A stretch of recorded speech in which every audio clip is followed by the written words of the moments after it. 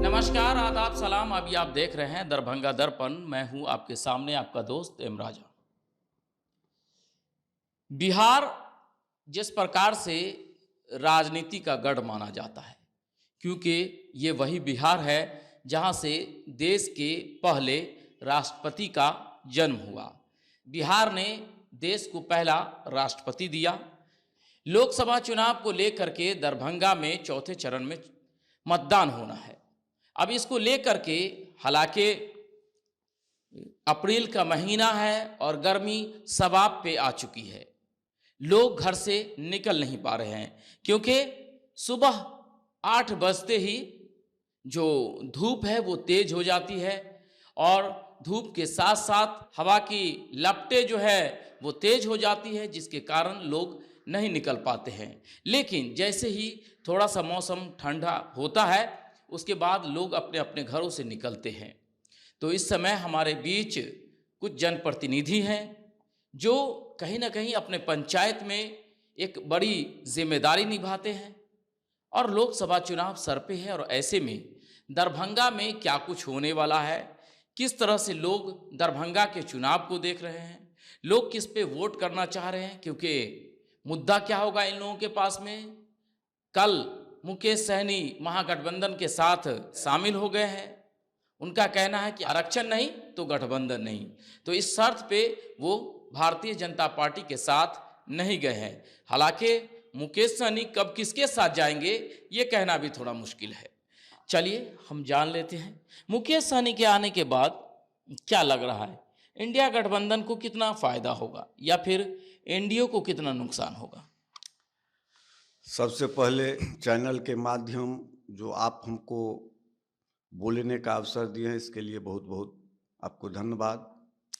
देखिए, मुकेश सहनी जो अभी इंडिया गठबंधन में शामिल हुए हैं, तो मुकेश सहनी एक अपने आप में ये चीज़, जितने सहनी समाज है, जितने मछुआ समाज है, उसको एक गार्जियनशिप नेतृत्व करते हैं। तो इससे पहले मुकेश सहनी जब भारतीय जनता पार्टी में थे तो कुछ ऐसा मुकेश सहनी ने करके दिखाया था जिससे भारतीय जनता पार्टी को लगा था कि भाई नहीं, मल्लाह समाज का मुकेश सहनी नेतृत्व करते हैं, तो मुकेश सहनी के पक्ष में मल्लाह समाज अपना समर्थन देते हैं।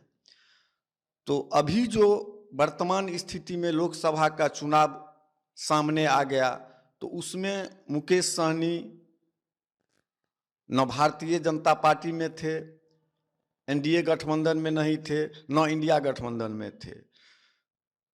बीते कल में मुकेश सहनी ने एक निर्णय लिया कि नहीं, अब जब हम कहीं का नहीं है, न इंडिया गठबंधन में है न इंडिया गठबंधन में है, तो मुकेश सहनी ने इंडिया गठबंधन यानी महागठबंधन में जो है सो शामिल हो गया। अब मुकेश सहनी जितने मल्लाह समाज का नेतृत्व करते हैं, अब उसमें मुकेश सहनी को ये दिखाना होगा इंडिया गठबंधन को कि नहीं, मेरे साथ, मेरे संग, मेरे समर्थन में मल्लाह समाज है। तो अभी हम लोग चैनल के माध्यम से, बहुत सारा चैनल चलता है आजकल, मोबाइल के ज़माना है, उसमें हम लोग सुनते हैं जो मुकेश सहनी को महागठबंधन में आ जाने से एनडीए को प्रभाव होगा। तो अब तो आने वाला समय ही बताएगा कि मुकेश सहनी को अभी सुन रहे हैं 2 सीट या 3 सीट दिया जाएगा।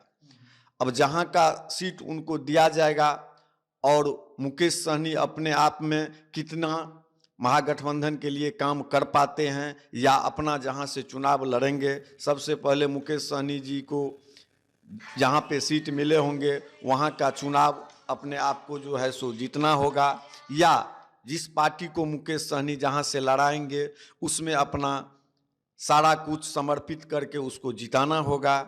और महागठबंधन में जो शामिल हुए हैं, महागठबंधन को सामने में दिखाना होगा कि नहीं, हमारा भी मल्लाह समाज मेरे पास समर्थन में है। तो क्या लग रहा है कि मुकेश सहनी के आने के बाद उनके समाज के लोग का झुकाव जो है महागठबंधन की तरफ होगा, उस गठबंधन की तरफ होगा? जी, अभी तो इसलिए लग रहा है कि बीते वर्ष में जब भारतीय जनता पार्टी में मंत्री का पद मिला था मुकेश सहनी को, तो उस समय में एक नारा से मल्लाह समाज जितना है वो मुकेश सहनी को गार्जियन मानते थे, अपना नेतृत्वकर्ता मानते थे।